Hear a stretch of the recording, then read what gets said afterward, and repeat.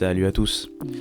Alors, je sais que vous vous rappelez, il y a 2 semaines, j'avais entrepris un travail de fouille, de recherche, dans le but de solidifier des acquis sur un sujet mêlant sport, histoire, culture, le tout aux États-Unis.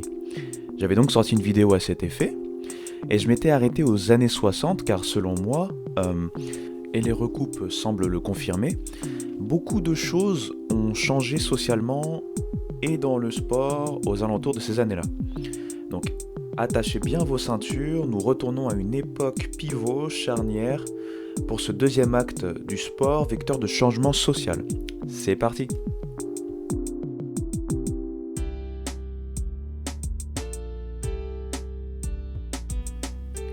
Il y a vraiment beaucoup de grandes histoires sur le sport dont on pourrait parler dans les années 60. Si on voulait vraiment mettre du détail à tout ce qu'on fait sur l'histoire, en fait je ferais pas que 2, 3, 4 vidéos, mais je ferais carrément des saisons entières. D'un point de vue purement sportif, si tant est qu'il soit véritablement possible de dissocier le sport et ce qu'il va se passer dans la société américaine, beaucoup de faits marquants, des dominations de certaines équipes historiques comme les Packers, les Yankees, les Celtics chez les pros ou UCLA en université, aux créations d'autres équipes réussissant rapidement à s'imprégner de l'odeur du titre, exemple les New York Jets, les New York Mets, des performances individuelles qui vont faire écho à la société et les remous d'alors sont tout de même à noter. Mais on va pas se mentir, ce ne sont pas tant les actes sportifs athlétiques qui ont marqué l'ère du changement du sport et de sa nature dans les années 60, mais on peut plutôt dire que les problèmes sociétaux, sociaux de l'époque, je rappelle donc qu'il y avait la guerre froide, il y avait les civil rights, ces problèmes-là en fait sociaux de l'époque ont été reflétés quelque part dans l'évolution du sport, aux États-Unis principalement. Le premier axe dont je vais vous parler en fait concerne l'aspect économique, pécunier du sport, avec notamment la démocratisation et l'expansion du consumérisme. Alors, dans les mœurs américaines, au début du XXe siècle, le sport amateur était l'apanage même de la noblesse de cette discipline. Les sportifs se battaient pour la compétition et la gloire de l'écurie qu'ils représentaient, donc soit la nation dans les cas des Olympiades, soit l'université dans les compétitions universitaires. De l'autre côté, les sportifs professionnels, non aidés par quelques scandales par ailleurs, comme celui des Black Sox en 1919, étaient vus comme corrompus par leur désir pour l'argent. Et ce genre de choses ont fait que, tout simplement, les gens aptes à juger préféraient du coup le sport amateur. Au passage, même maintenant, et j'en avais parlé succinctement, on va dire, dans ma toute première vidéo sur la chaîne, la passion semble être plus grande pour les compétitions sportives universitaires que pour les compétitions professionnelles. Quand je parle de passion, je ne parle pas d'audience en général, puisque l'audience des sports professionnels est quand même supérieure à celle des sports universitaires. Je parle bien de passion. J'avais notamment donné comme exemple le football américain. Eh bien, il faut savoir que dans les années 50-60, plusieurs choses vont se passer et vont faire évoluer le rapport entre le sport et l'argent et l'image de ce dernier.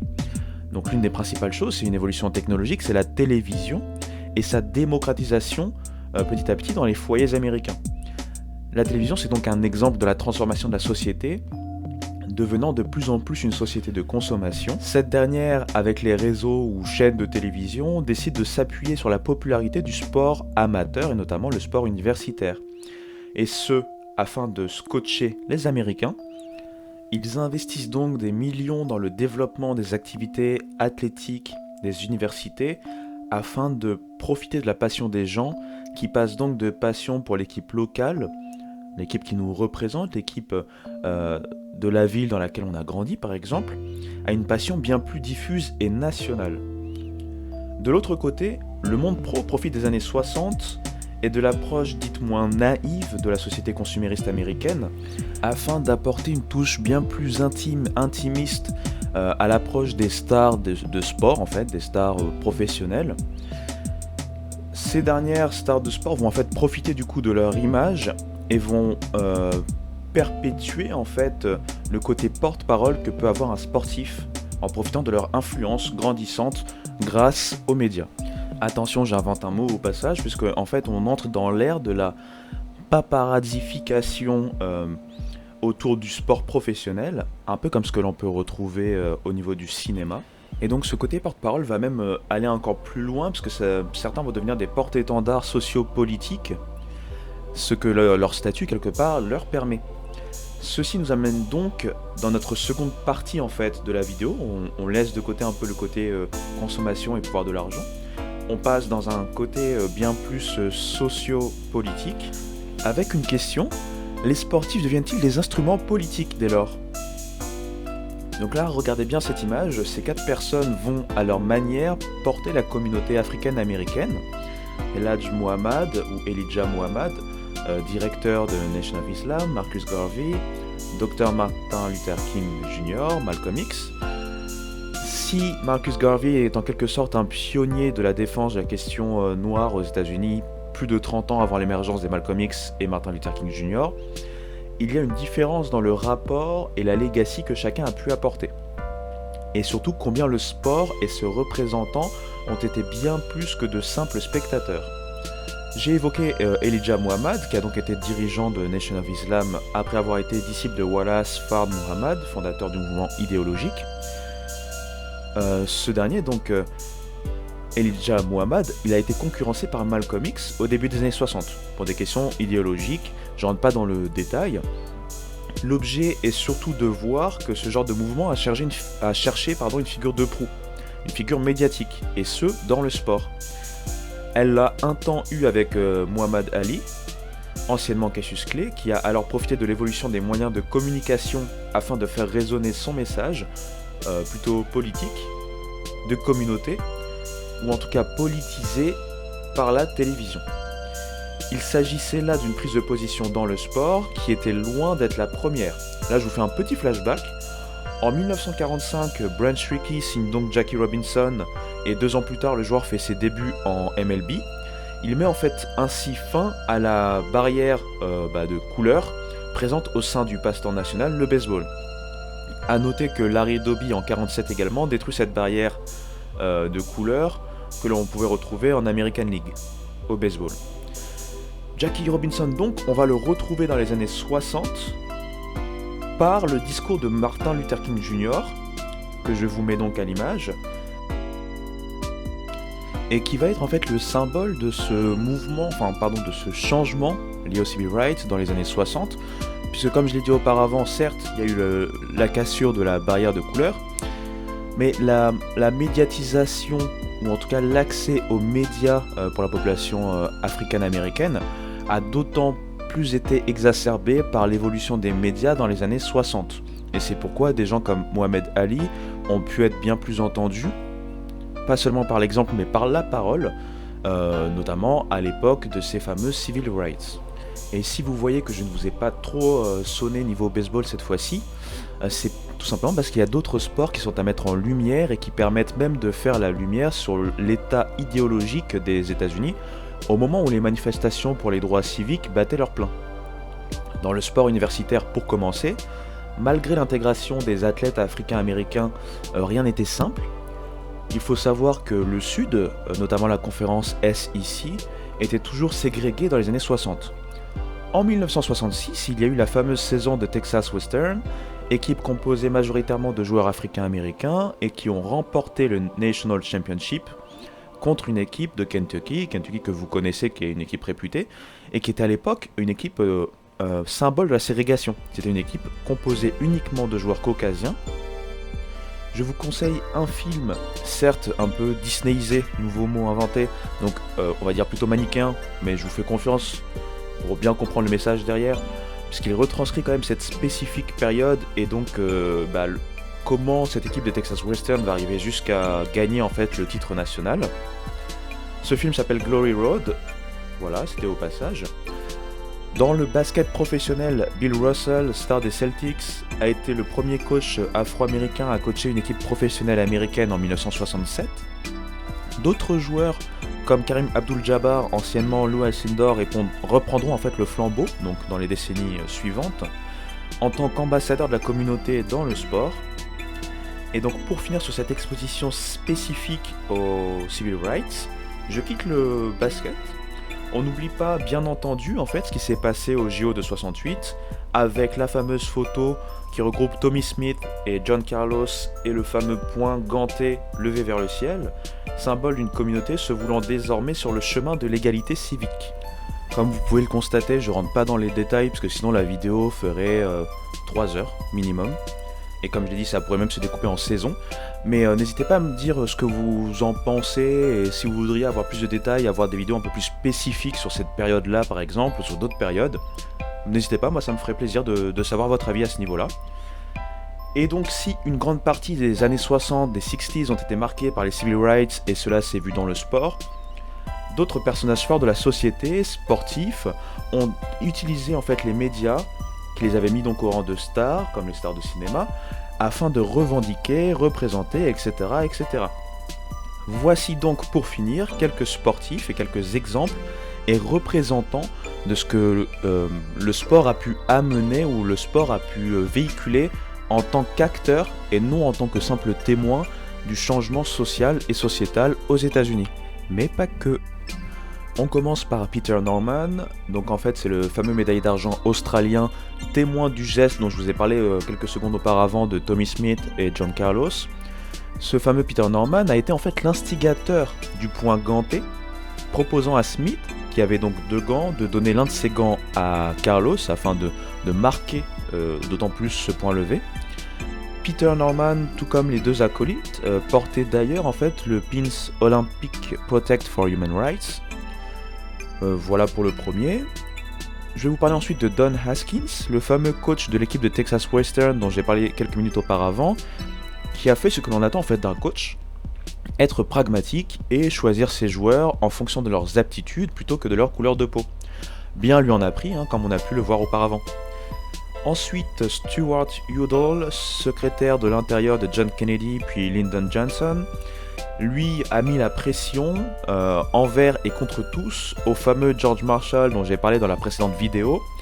Ce George Marshall qui a été tristement célèbre pour son refus véhément d'intégrer des joueurs africains-américains au sein des Washington Redskins, maintenant Washington Football Team. En fait, Stuart Udall va en fait mettre la pression afin de mettre en marche l'intégration des joueurs africains-américains chez les Redskins en 1962. Ça va marcher. En même temps, quand tu es secrétaire de l'intérieur, tu as plus de pouvoir, mais il faut quand même reconnaître que c'est une position forte à un moment où même la pression médiatique était contre ce dernier. Les années 60, j'en ai pas parlé dans la vidéo, mais ont également marqué une nouvelle évolution du rapport au sport féminin notamment, avec 2 ambassadrices, Catherine Switzer et Roberta Gibb.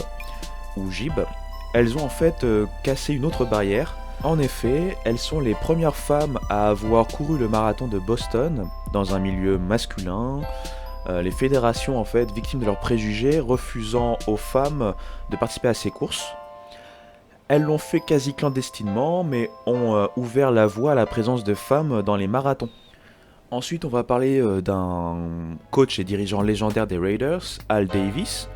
Ce dernier avait refusé en 1963 de jouer à Mobile en Alabama pour protester contre les lois ségrégationnistes de l'État du Sud.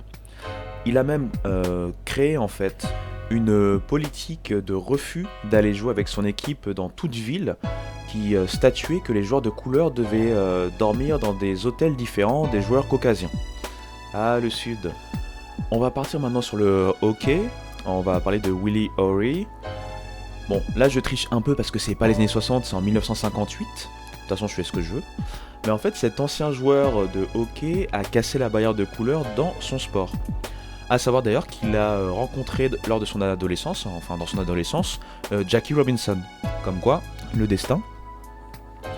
On en a parlé déjà, mais Mohamed Ali, bien sûr, qui a entre autres refusé de partir au Vietnam. Je vous mets d'ailleurs son discours à l'image. On n'en a pas parlé de la guerre du Vietnam dans cette vidéo, mais il faut savoir qu'il y a eu beaucoup de protestations aussi à cette époque-là. Il y avait notamment différents mouvements, les mouvements hippies, les mouvements des